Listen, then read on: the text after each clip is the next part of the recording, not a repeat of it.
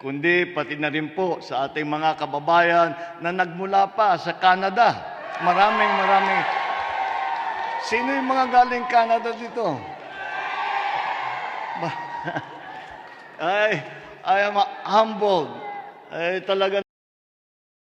Let me also take this opportunity to express to you my profound gratitude to our kababayan here in the United States who were among the 31 million Filipinos in the Philippines and in other parts of the world who gave me a resounding mandate to lead our country and our people in the next 6 years.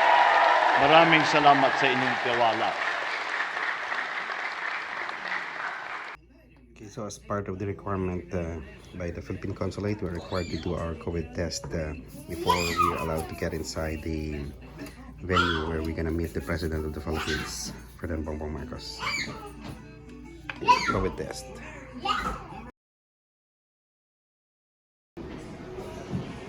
Okay guys, so we're heading now to the venue.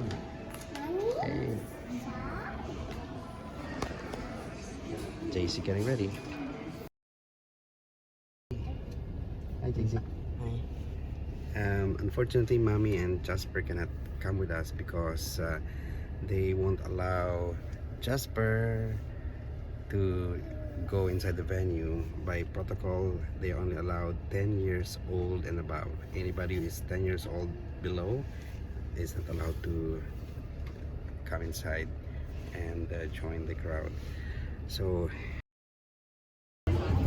hi, so we're here with Jason now, and we just had our registration. We did check our email address and the COVID test thing.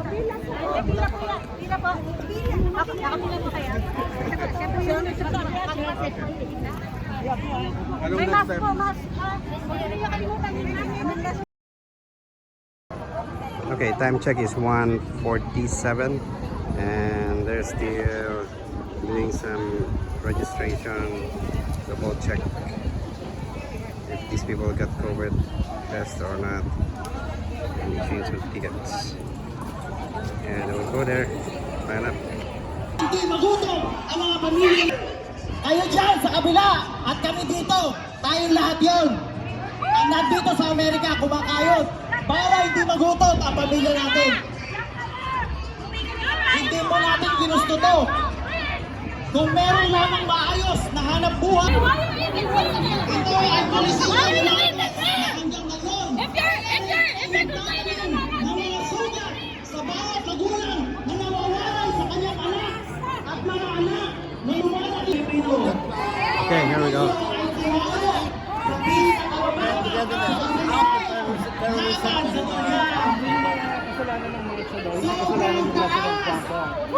Pilihin at gasolina.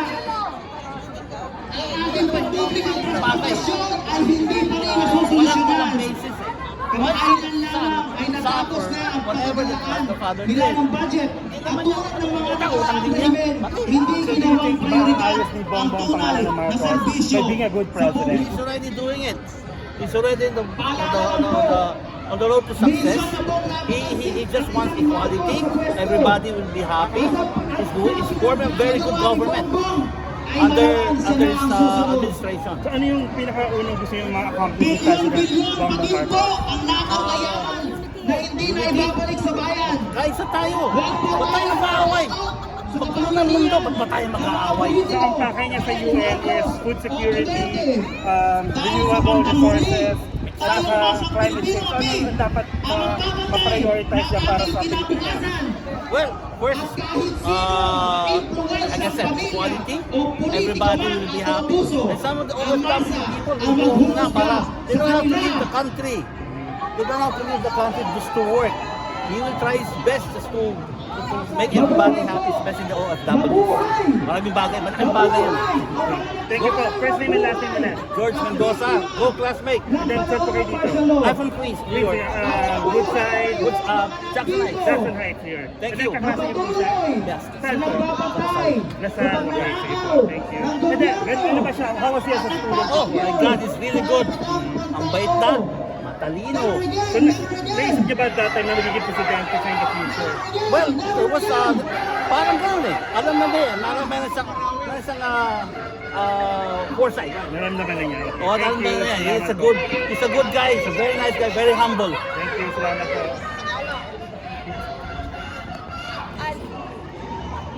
So get police here.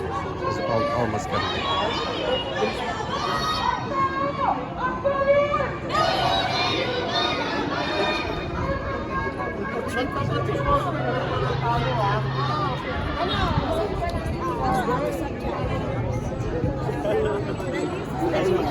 High school.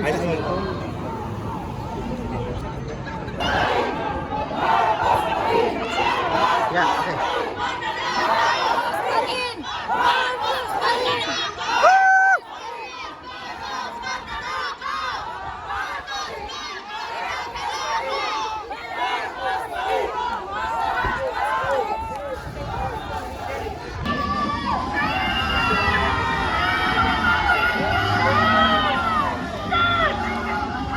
It has been almost 50 years since the declaration of martial law under Marcos Sr. Tens of thousands of people who are victims of human rights violations. Yeah. We can never forget what happened to Marcos.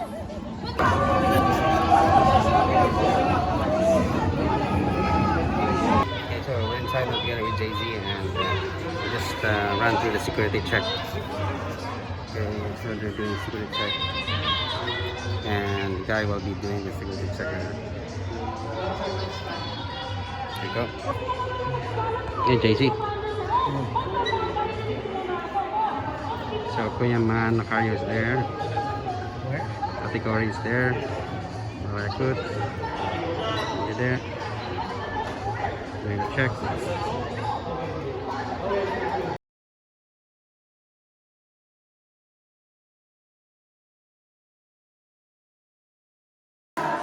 Okay guys, so we're inside now the reception. There's a cocktail here. Kuya Man, Ate Cory.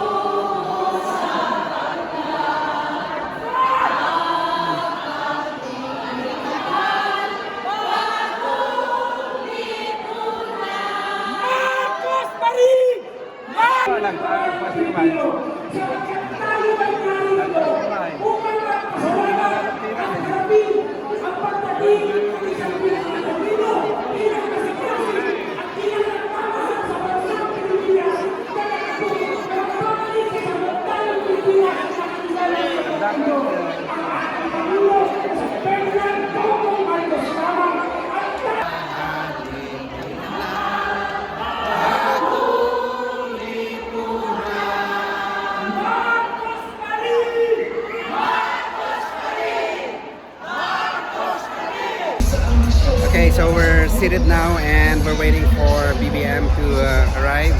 So we're in the upper level of the theater.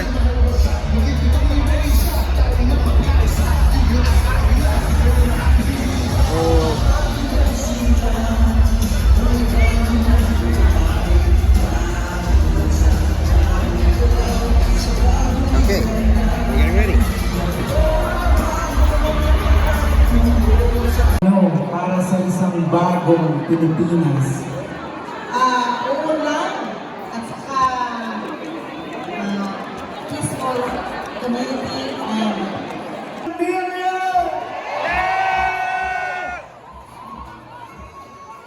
sino ang mga single? Sino ang mga iniwan ng jowa?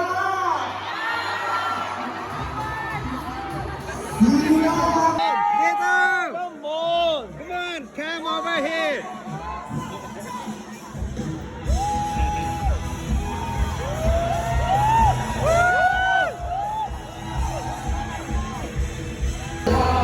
Sa bagong lipunan, magbabago ang lahat.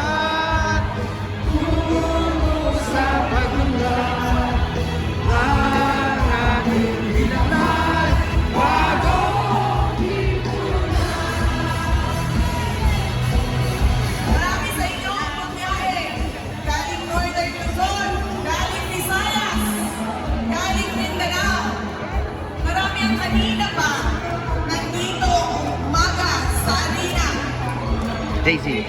Hi. Uncle BBM and I are truly humbled for your strong support.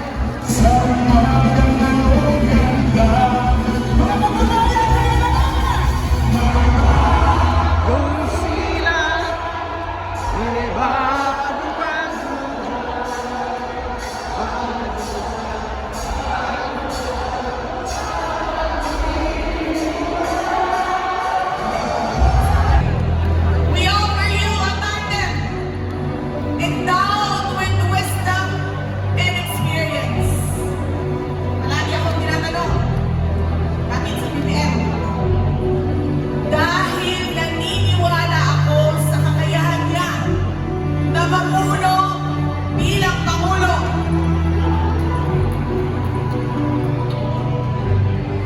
The kind of experience we need not only to sustain the growth and development spurred by the current administration. Dito kami! Bumati po kayo, sir. Napapanood kayo buong mundo. Yes! Mabuhay ang Pilipinas! Mabuhay si BBM! New York! BBM New York solid! Maraming salamat. Kaya ako.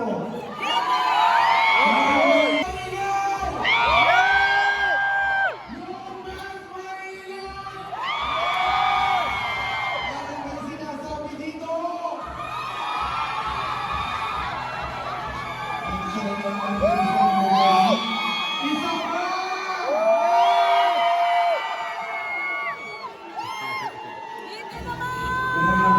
Nay, bumati po na po kayo.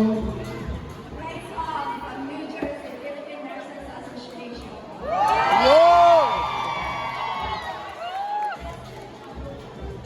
Ang meron po ako tanong sa inyo. Ano po ang pangarap niyo para sa isang bagong Pilipinas? Magtrabaho ng gusto at para sa pamilya. World peace.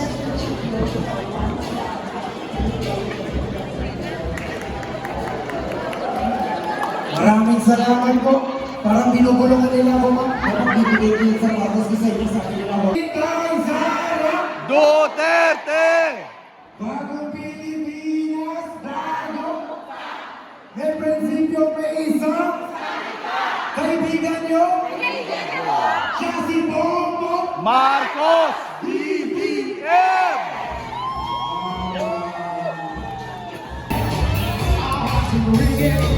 Let the beat our souls singing as we dance in the night. Remember how the stars of the night away.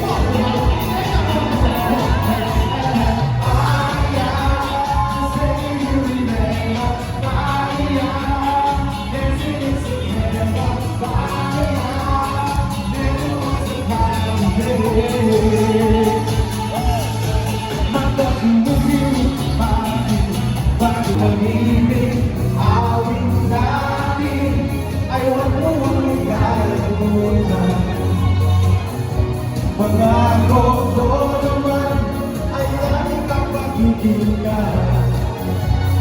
Let me hear you, come on!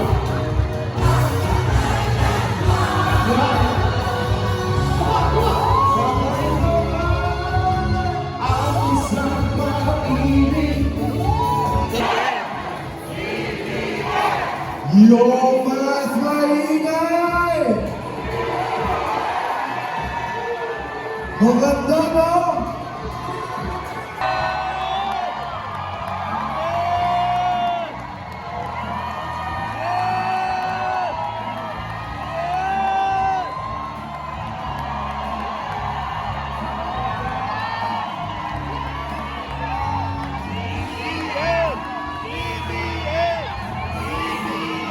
Kasama rin po ang ating pag-ibig.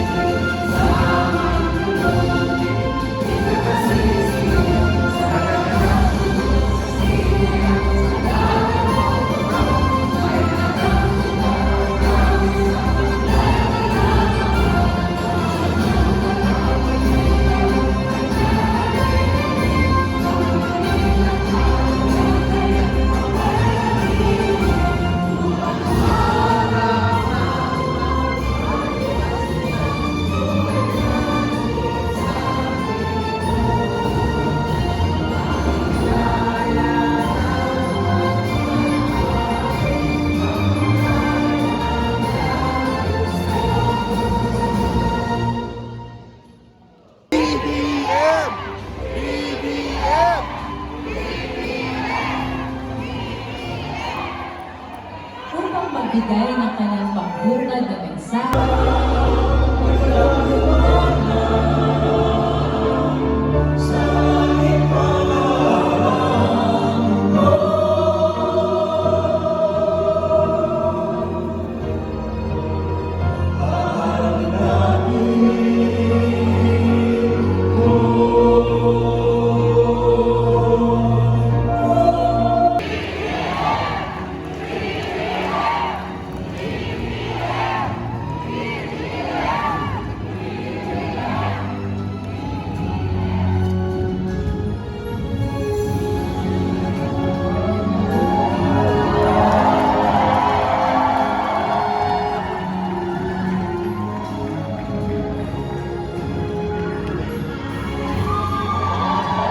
Maraming salamat po sa inyong lahat sa inyong napakainit na salubong na ibinigay sa aming lahat, sa delegasyon namin ng kasama na si Lisa at ang delegasyon natin, ang mga cabinet minister, ang cabinet secretary na nandito para sa pagpunta namin sa United Nations.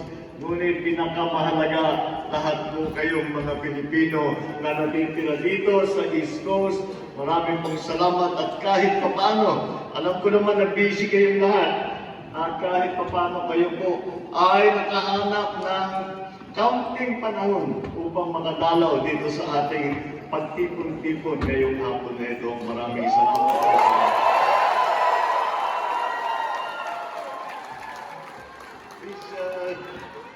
Please make it good po kayo. Napahaba ang speech ko.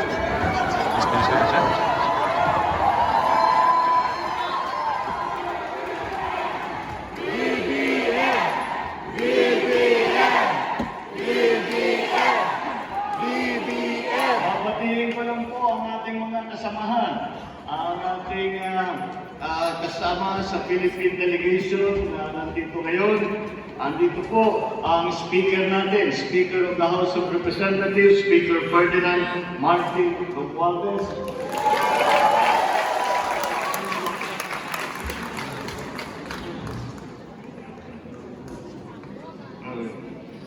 Nandito rin ang isang kababayan ko tigay ko Norte rin, Public Works and Highways Secretary Manny Bunuan. Secretary ng Department of Trade and Industry, Alfredo Pascual. Sa ating bagong Tourism Secretary, Maria Esperanza Cristina Castro. At ang ating Department of Transport, na ang ating bagong naging kalihim, Transportation Secretary Jimmy Bautista. Ito po ay pagtitignan po ninyo, makilala nito, parang mabait ito pero masyado mabagsik ito. Ngunit kailangan namin magsipsip dahil siya nagre-release ng pondo. Ang Secretary po ng Department of Budget and Management, Secretary Amina Pangandaman.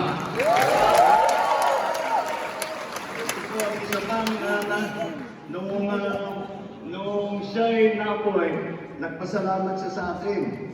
At sabi niya, thank you, at natiwala ka sa akin. Ay sabi ko sa kanya, magantay ka ng 6 na buwan. Pagdating ng 6 na buwan, tignan natin kung magpapasalamat ka pa sa akin dahil napakalaki ng trabaho, ibibigay ko sa iyo ang ating DICT, Information and Communications Technology Secretary, Ivan John Uy. Ang kalihim ng pinakabago at sa inyong sa ating mga OFW, ito na, palagay ko ang pinakamahalaga na department, ang Department for Migrant Workers. Ang namumuno po ngayon dyan ay si Secretary Toots Ofle. Ang namumuno naman ng ating National Economic Development Authority, na siyang nagpaplano para sa ating ekonomiya, Secretary Arce Balisagan. Nandito rin po ang ating press secretary. Ito yung nakikita niyo sa press conference at saka pag may announcement kami, siya lumalabas. Press Secretary Rose Beatriz Cruz Angeles. Sa Presidential Management Staff naman po, siya ang namamahala doon sa iba't ibang pangangailangan sa Office of the President, Presidential Management Staff Secretary, ng mga taga-East Coast na pupuntahan natin. Kaya't makita po ninyo, ang nangyari yun dito ay medyo nagkabaliktaran. Naging baliktad ang sequence ng palakad ng eleksyon dahil nauna yung eleksyon, ngayon lang kami mangangampanya sa inyo. Ngunit kulang po ang salita at kulang lang po ang magpasalamat na kahit minsan lang o 2 beses lamang o kahit 100 beses, kulang po ang pasasalamat ko sa inyo sa inyong naging suporta. Hindi man tayo nagkita, hindi po tayo dahil nasa pandemya, hindi po kayo napuntahan, hindi man tayo nakapag-selfie, hindi pa tayo nakapagkabayan. So, sumuporta po sa kayo sa amin. Alam niyo po, ay para sa isang politiko, para sa isang nasa serbisyong publiko, wala na po kasing laking karangalan na ibigay ninyo ang tiwala sa amin, ibigay ninyo ang pagmamahal ninyo sa amin, at ibinibigay ninyo sa amin ang pag-asa ninyo sa kinabukasan. Maraming salamat.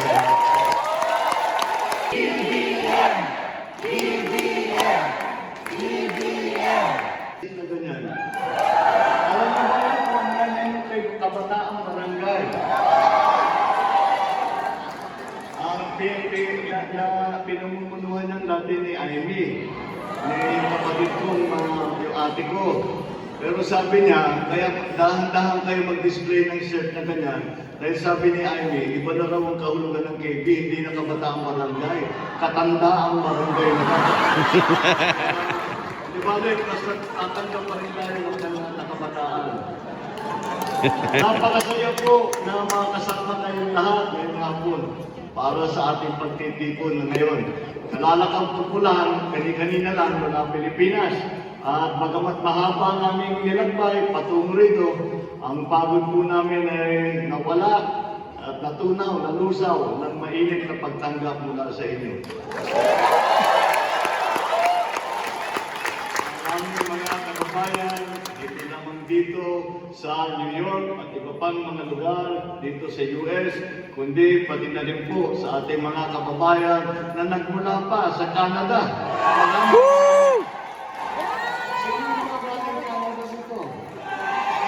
Yay, kami! I am humble.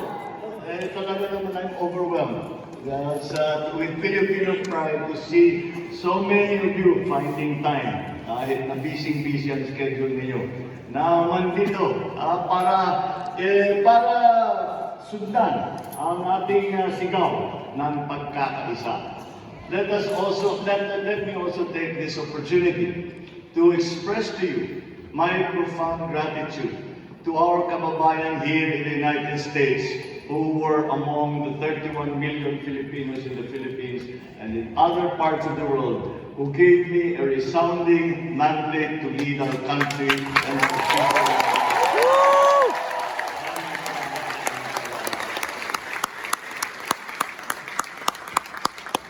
But also, just as importantly, and maybe even more so, I would like to pay tribute to all of you and the rest of the almost 4.5 million Filipinos here in the United States for the role you play and will continue to play in advancing the interests of the Philippines and the Filipino people here in this part of the world. Maraming salamat po sa inyong lahat. Kayo po ang nagdadala ng bangal sa ating bansa. Dito sa nakaraang pandemya ay wala po akong narinig na pagpuri ng mga heads of states ng iba kung hindi Pilipino lamang ang napapanggit. Alam naman po natin na lalong-lalo dito sa East Coast ay matagal na kayo na nandito nagsasakripisyo dito sa US at para lang pagandahin ang buhay ng inyong mga pamilya, para pagandahin ang buhay doon sa Philippines, para tulungan ang ekonomiya ng Pilipinas. At hindi lamang yun, dahil pagka nakausap ninyo ang mga kasama ninyo na katrabaho ninyo, ay walang masabing kung hindi ang pagpuri sa galing, sa bait, sa sipag, sa husay ng mga Pilipino. Kaya po kami, kahit na nasa malayo kami, ay pinapanood namin kayo. Pumuputok po ang puso namin sa pag nakita namin ang inyong ginagawa at itinataas at pinapatingkad ang pangalan ng Pilipinas sa buong mundo. Ito lang ang pangatlong pag-alis ng Pilipinas mula nang umupo ako bilang Pangulo. Before flying to New York, I was in Jakarta and then I went to Singapore to reaffirm our relations with two of our closest Southeast Asian neighbors. Doon sa mga bisita yon, nagkaroon naman ulit ako ng pagkakataon na makipagtipon sa ating mga kababayan. At pasalamatan din sila, kagaya ng pasasalamat ko sa inyo sa lahat ng ginagawa ninyo para sa Pilipinas at para sa ating mga kababayan. I'm primarily here, sadya talaga namin dito, at ako'y magsasalita sa 77th session of the United Nations General Assembly. I'm also here to make sure ay papaliwanag natin kung nasa na ang Pilipinas at kung ano ang mga maaaring gawin dahil sa ating palagay sa paglabas natin ng pandemya at sinasabi na patapos na, ay kailangan natin ayusin ang ating ekonomiya. Kaya po, ay kailangan natin makipag-partner at makipag-usap sa lahat ng iba't ibang bansa. Nang sa ganun, ay makapagtulungan tayo na makalabas, makaahon dito sa sitwasyon na ating rinaranasan ngayon. But while we are here, hindi lamang ang mga leader ng iba't ibang bansa o hindi rin ang mga namumuno ng malalaking korporasyon, ng malalaking negosyo at para ipaliwanag sa kanila na ang Pilipinas ganito na at marami kaming binago, marami kaming pinaganda para sa inyong pagpasok sa inyong mga investment doon sa Pilipinas. And sa ganun, ay baka masasabi natin patuloy na palapit na tayo doon sa ating pinapangarap na ang Pilipino ay hindi na kailangan umalis ng Pilipinas para magawa.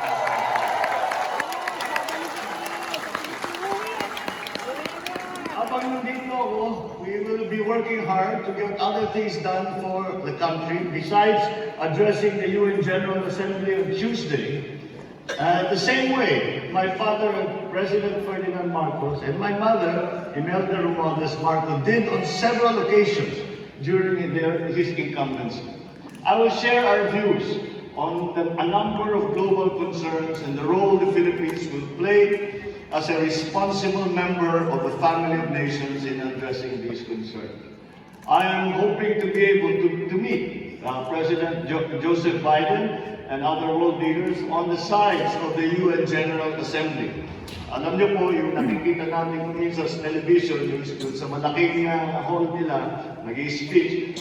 Sa pagkatapos po ng mga malalaking speech, ay nagkikita-kita, mag-uusap-usap kami na bilateral, multilateral, kung ano pa, mga iba't ibang meeting. Kaya yun ay napaka-importante rin. Kaya ginawa namin na nakapagplano kami at humingi kami ng panahon dito sa mga napunta rito para sa General Assembly, napunta sila rito, ay sabi ko pagkakataon na natin at hindi natin sila mapupunta sa kanilang bansa, dito na natin silang kakausapin. So, aside from President Biden, I think we will be able to meet with some other heads of states and, as I said, some heads of big companies. After all, bilateral alliance with the United States is possibly as important policy as there is in the Philippines. Our relations with the United States remain strong, and I believe we will make them stronger in the coming years. In the coming days, so besides the meetings with the political leadership, it will also be for potential investors, other business leaders. Gusto natin, dahil gusto natin para pahabunin nga natin, para pasiglayin natin ang ekonomiya, na makapag-invest. At sa pag nag-invest, mayroong bagong negosyo. Kapag may bagong negosyo, may trabaho. At yun ngayon ang ating hinahanap. Dahil talagang maraming nahirapan, alam niyo naman yun, alam ko, na madalas kayong nakikipag-usap sa inyong mga kaibigan, mga kamag-anak, sa nakarang 2 taon, at alam naman ninyo na wala naman siguro kahit sino sa buong mundo ang makapagsabi na hindi naramdaman ang kahit na anong epekto ng COVID. Kaya naman ay kailangan naman natin pag-isipan kung ano ngayon ang magiging global economy. At yan ngayon ang aming pinag-aaralan. Kaya napakahalaga na naisama natin ang ating mga economic managers na nandito at hindi naman na sila yung ating economic. With this inspiration, I must work harder than ever, not for recognition, not for glory, but for you, my beloved kababayans, and for our country.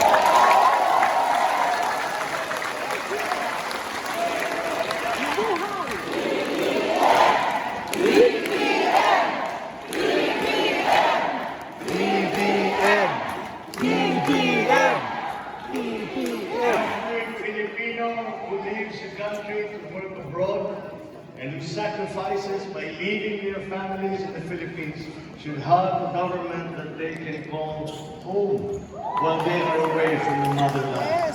At yan ang magiging katungkulan ng Department of Migrant Workers at ang Department of Foreign Affairs. Sa pamamagitan ng ating mga embasiya, consulate, at naharap na sa buong mundo, ay yan ang kanilang gaganapin. They will serve as the refuge for our distressed kababayans amidst a world of insecurity, uncertainty, and tight competition. We have come to an understanding with our Secretary of Migrant Workers, to conduct a systems review on how best the government can serve the needs of our kababayans abroad, especially those who may find themselves in distress. I have also asked Foreign Affairs Secretary Ricky Manalo to make sure our foreign service posts remain responsive to the needs of our Filipino nationals, especially in the delivery of passports and other consular services. We will give our overseas Filipino workers all the advantages that we can provide them to survive, and not only survive, but to thrive. We will not condemn the future of our race to menial occupations abroad. We intend to bring back an educational system that prepares coming generations for more jobs and better jobs. Our Vice President and Secretary of Education, Sara Duterte Carpio,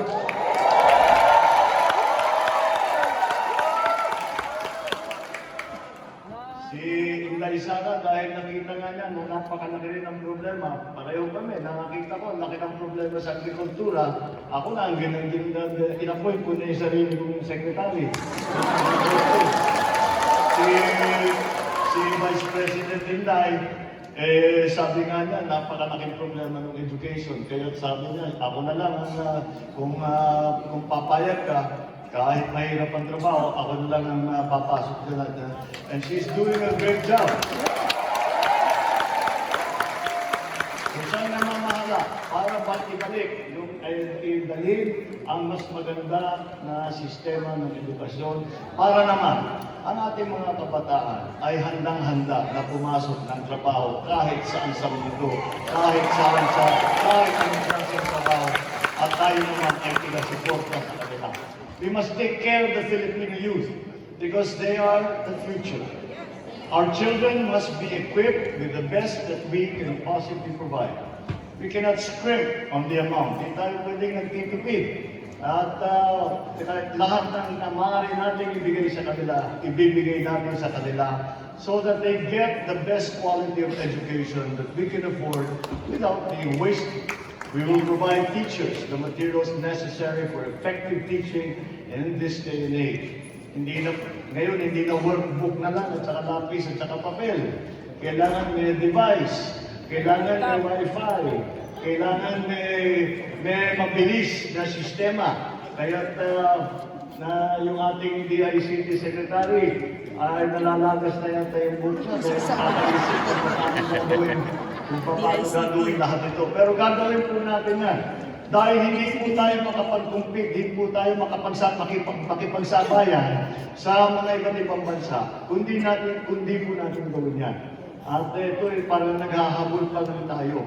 Tayo ay nais natin ay sa ating paghabol ay hindi lang makapagpantay, kundi lumabis pa sa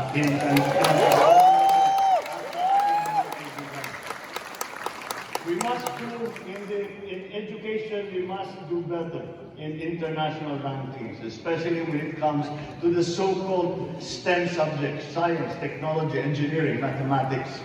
This is necessary for our young people to be able to compete in this highly technological and competitive world. Our bureaucracy, the administrative heart and soul of the government, is also in need of review. And I will make sure that we eliminate the inefficiencies in our bureaucracy to enhance public service. For instance, progress is being made in terms of making private and public transactions less cumbersome. I myself am familiar with stories of our countrymen who dread dealing with our government agencies because of red tape or are forced to engage the services of fiction, thinking that it is the easiest way to get things done in government. A single national ID for Filipino citizens, including dual citizens, will now pave the way of doing business. Kung yung Amerikano may social security, bakit tayo hindi wala? Diba? Hindi naman mahirap gawin yun. Ayan, nakalagas na naman yung We target 92 million national IDs to be issued by the middle of 2020.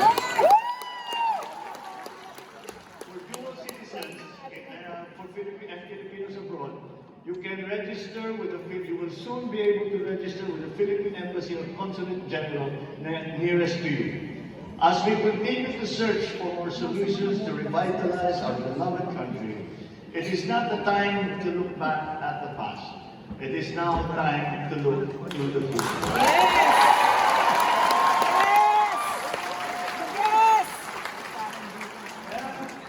The future real GDP growth annually between 2023 and 2028. We also target a 90% for single-digit poverty rate by 2028. We target the reduction of just 3% of our national government deficit to GDP ratio by 2028. A less than 60% national government debt to GDP ratio by 2025, and the attainment of upper middle income country status by 2020. Yes! I have tasked the NEDA, the National Economic Development Authority, to come up with a 5-year development plan. I'm confident that Secretary Arce and the rest of his team will deliver the best strategy for us to pursue in the coming years, just as they did during his first trip as the country's socio-economic planning secretary. The backbone of an economy is its infrastructure. Yes. I have said it before. I will say it again. I will continue the build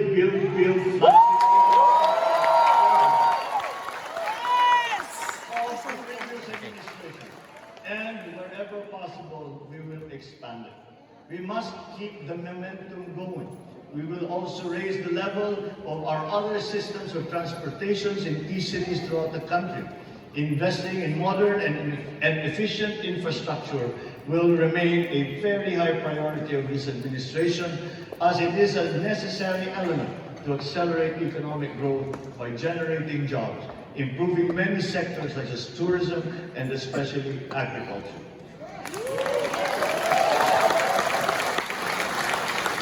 Ang ating mga kababayan dito sa New York, dito sa United States, at sa lahat ng ating mga kababayan sa buong mundo will still play a very critical role in the economic transformation of our country. Kahit na malayong-malayo kayo sa Pilipinas, ito ay sinasabi ko sa inyo, ang inyong minamahal na Pilipinas ay kailangan pa rin kayo, lalo na ngayon.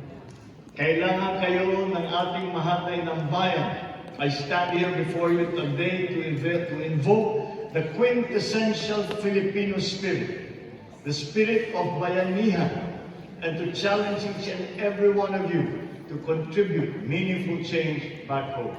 Let us follow in the steps.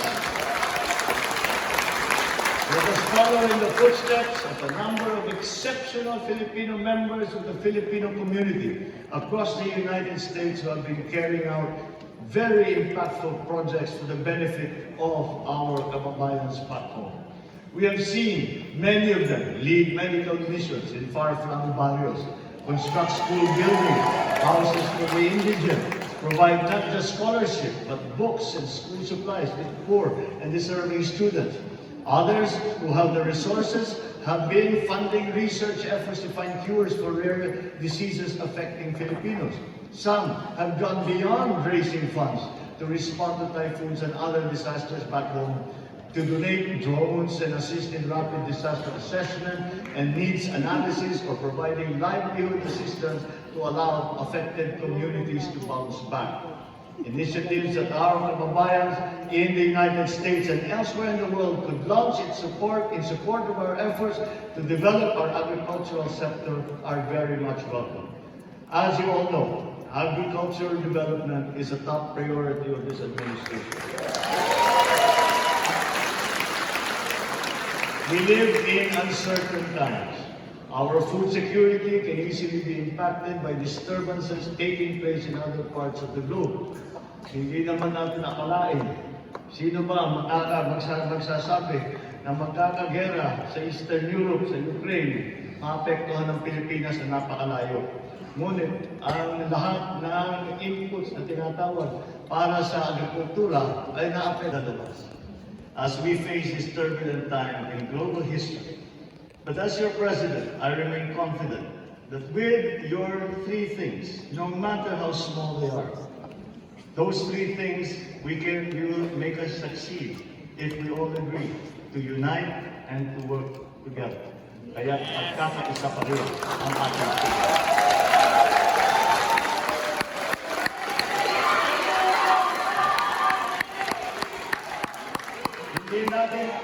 Hindi natin makakamit ang hinahanap nating pag-unlad ng ating inambayan kung tayo ay watak-watak. Ito ang mensaheng na dala ko para sa inyo. Pagkakaisa ang kailangan para sa pag-unlad ng ating bansa. Kaya-kaya kung sama-sama.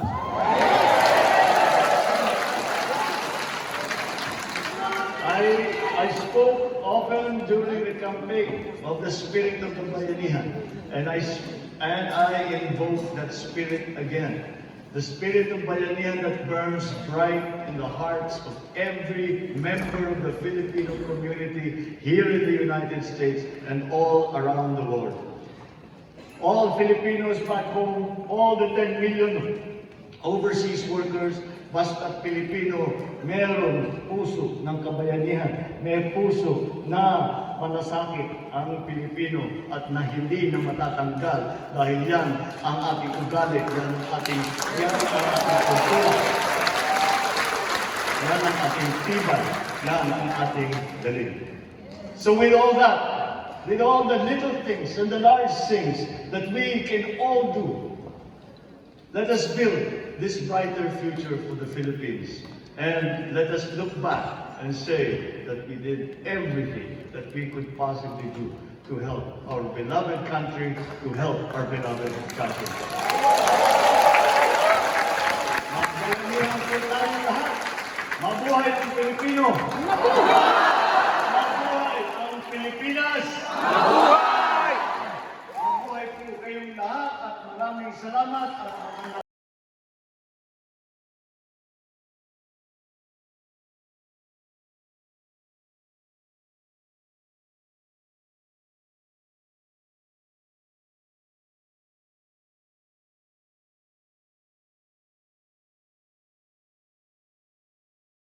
Let me also take this opportunity to express to you my profound gratitude to our kababayan here in the United States who were among the 31 million Filipinos in the Philippines and in other parts of the world who gave me a resounding mandate to lead our country and our people in the next 8 years.